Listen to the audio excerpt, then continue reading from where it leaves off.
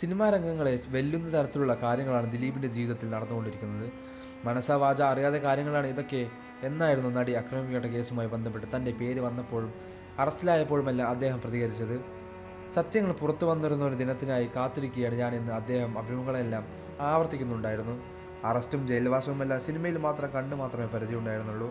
ഞാൻ ഇങ്ങനെയൊക്കെ അനുഭവിക്കേണ്ടി വരുമെന്ന് സ്വപ്നത്തിൽ പോലും കരുതിയില്ലെന്നായിരുന്നു അദ്ദേഹം പറഞ്ഞത്. 8.5 വർഷത്തെ കാത്തിരിപ്പിനൊടുവിലായി ആ വിധി പറയുന്ന ദിവസം എത്തിയിരിക്കുകയാണ്. ദിലീപ് കോടതിയിലേക്ക് പോകുന്നതിൻ്റെ ദൃശ്യങ്ങൾ സമൂഹ മാധ്യമങ്ങളിലൂടെ പ്രചരിക്കുന്നുണ്ട്. തനിക്ക് അനുകൂലമായിരിക്കും വിധി എന്ന പ്രതീക്ഷയിലാണ് അദ്ദേഹം അന്ന് അടുത്ത വൃത്തങ്ങളിൽ വ്യക്തമായത്. കഴിഞ്ഞ കുറച്ച് ദിവസങ്ങളായി അദ്ദേഹം കൊച്ചിയിലായിരുന്നു. പുതിയ സിനിമയായ ബബ്ബബ്ബയുടെ അവസാനഘട്ട ജോലികളായിരുന്നു അദ്ദേഹം. ഡിസംബർ 18 ചിത്രം തിയേറ്ററുകളിലേക്ക് എത്തുന്നത്. ഞായറാഴ്ച വൈകിയും അദ്ദേഹം സ്റ്റുഡിയോയിലുണ്ടായിരുന്നു. ഡബ്ബിംഗൊക്കെ പൂർത്തിയാക്കിയാണ് മടങ്ങിയത്. തനിക്കെതിരെ ശിക്ഷയുണ്ടാവില്ലെന്ന പ്രതീക്ഷ അദ്ദേഹം സുഹൃത്തുക്കളുമായി പങ്കുവച്ചിരുന്നു.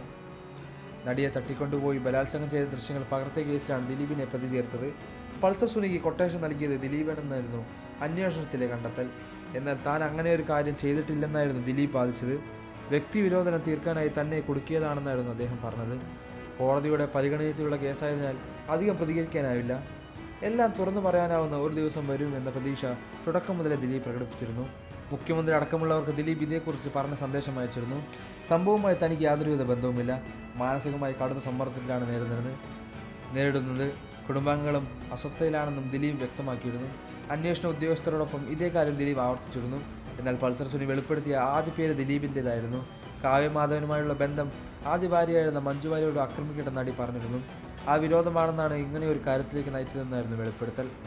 കൂടുതൽ വാർത്തകളും വിശേഷങ്ങളും അറിയാൻ ഈ വീഡിയോ ലൈക്ക് ചെയ്ത് ചാനൽ സബ്സ്ക്രൈബ് ചെയ്ത് സപ്പോർട്ട് ചെയ്യുക.